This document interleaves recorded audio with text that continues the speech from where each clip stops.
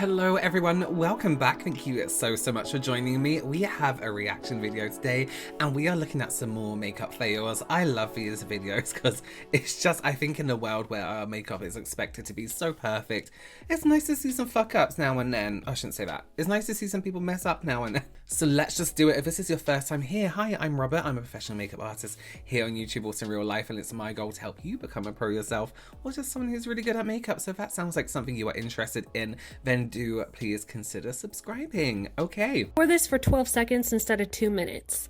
And yeah, I am completely bruised up. I don't know what went wrong. I've seen tons of people use these, but I guess it's time to get lips. Oh my god, those lip plumper things, we really went through a stage of using those horrible lip, you remember those cups? And everyone was like, Kylie Jenner, guys, she had lip filler. And everyone was like, oh, all she does is overline her lips. We know that's not the case. And then there was all these suction cups and people doing it with gloss. It's really damaging on your lips and it's not even permanent. So what's the point in plumping them up for maybe 5 minutes, whacking on some lip color and then going outside and it's just back to normal? You know, it just plumps them up for not permanently. Really bad, really not worth it either. My sister gave me red lip dye and I tried it on and I really liked it, but I wanted to take it off. And when I went to go take it off, she told me to be really careful because once you put it on, it's really hard to get off. And if you push it around too much, it'll dye your skin. But me being me, I just decided to wash my face with a bar of soap, my whole face. And when I opened my eyes, I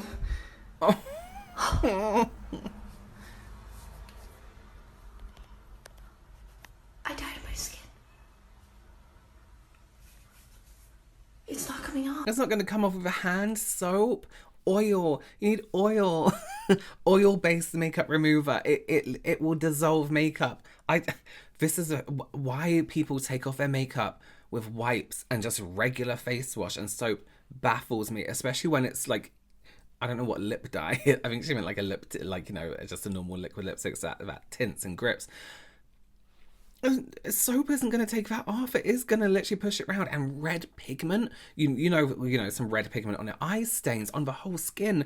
Of course it's going to stain.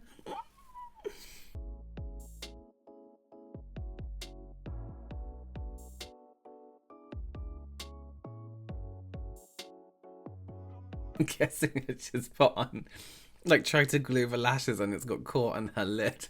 This is why you can, if you have hooded eyes, a great way to do lashes is just to chin up and look down into a mirror. Because if you're doing this, which I'm assuming is how she got it, is gonna stick to the hood. Or that liner that's just put through the socket. I don't know what's going on there. I have seen some people do that liner through their socket or colour in their whole lid for hooded eyes. Hooded eyeliner, all you do is this bat wing shape. Do I have it in a video somewhere? And then it looks perfectly straight on a hooded eye. And then if your hood does kind of cover your whole thing, just do a black liner and then get tight line right up on this top waterline and you should be good. Kids are in school, so it's a self-care day. Now I wear makeup maybe once every lunar cycle and I have never ever tried these bad cats.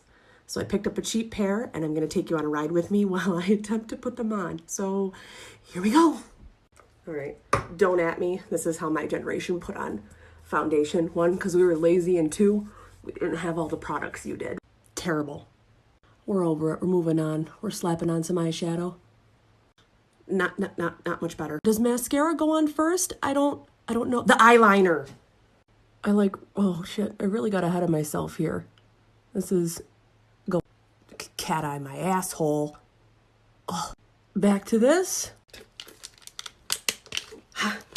This is very intimidating. Right? Just a little. Oh, I think I did it. Nope. Oh, I mean, that wasn't bad at all. The liner, for somebody who says I don't really do makeup, was great. I always do mascara before false lashes so you can like pinch them together when they're done. Little trick there, which she did really well. Drop the lash on the middle. Don't worry about the inside corner yet. Get that outside done first, and then you can concentrate a little bit more on that inside corner. Yeah, Eyelaw, they're everywhere, right? They actually do a pair of lashes that comes with a practice lash. So if you're new to lashes, you can actually use that just to practice with before you go ahead and and, you know, use your actual pay you spent money on. Crying over my nails right now because they're so ugly. Oh my god, okay. This is what I wanted, okay? This is the pastels, and this is what I got. Oh. That's okay. I think it's really important to bear in mind that wherever you go and get your makeup done, a lot of people call themselves makeup artists now because they are good at makeup on themselves, and then when they try to do it on somebody else, it doesn't quite work out that way, especially looks that are like black eyeshadow. You can expect to go wrong from somebody who isn't that great at makeup. So do be careful who you're booking with. Are they a makeup artist? Are they just good at makeup and want to do makeup on people? Esto es lo que intenté recrear. Y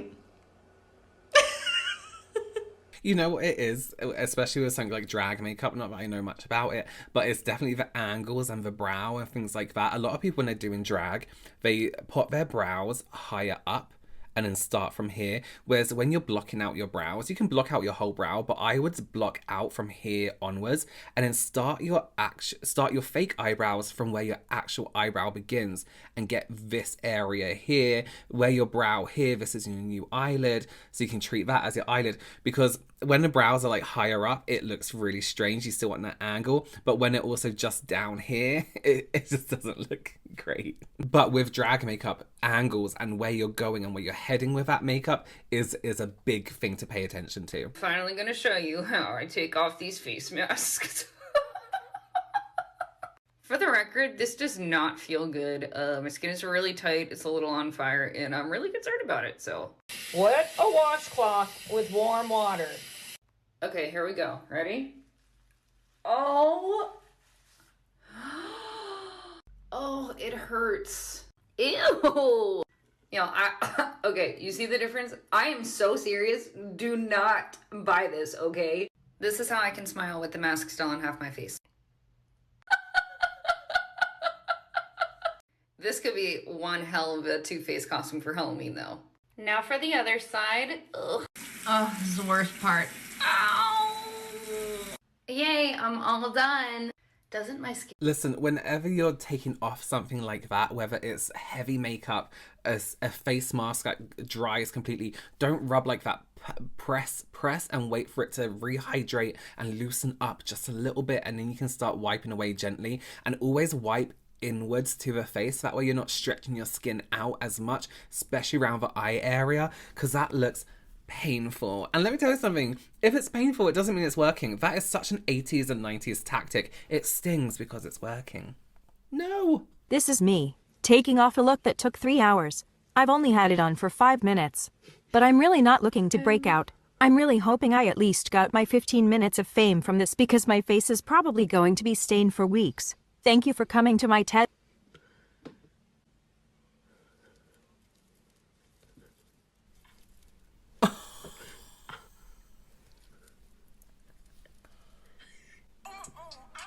What did she use? Acrylic paint. My God. That's going to be another situation where you're going to have to hold and press for a little while. You need it to dissolve through those layers and break down that makeup. Listen, I always feel like if you're going to do a big look like that, be prepared to spend as long taking it off as you did putting it on. Charlotte Tilbury claims that this product is one shade, fits all skin tones, and I don't buy it. That's not a thing. As a fair-skinned girl who struggles to find foundation as light as my skin is, I don't think this is gonna work. What do you think, Mom? ooh. Ooh, no. Does it match my skin? Huh? Nope. Charlotte Tilbury, you're doing me dirty. There's no such thing as one shade fits all skin tones. It's not real. It is absolutely, we need to get over this one, it matches everyone. It can't. It physically, possibly, humanly can't match everyone. There's no other way to do it. It will not, there's no It's not going to match the fairest of fairest people to the deepest of deepest of skin. It just is impossible. Impossible. Impossible? Impossible. Whatever that word, it does not work. It should be like, it can match up to 3 tones around this shade. If they're being realistic and honest. Okay, well, there were some makeup fails for you. I guess the theme here was really terrible makeup removal. Please give this video a thumbs up, consider subscribing, and I will see you very, very soon. Bye.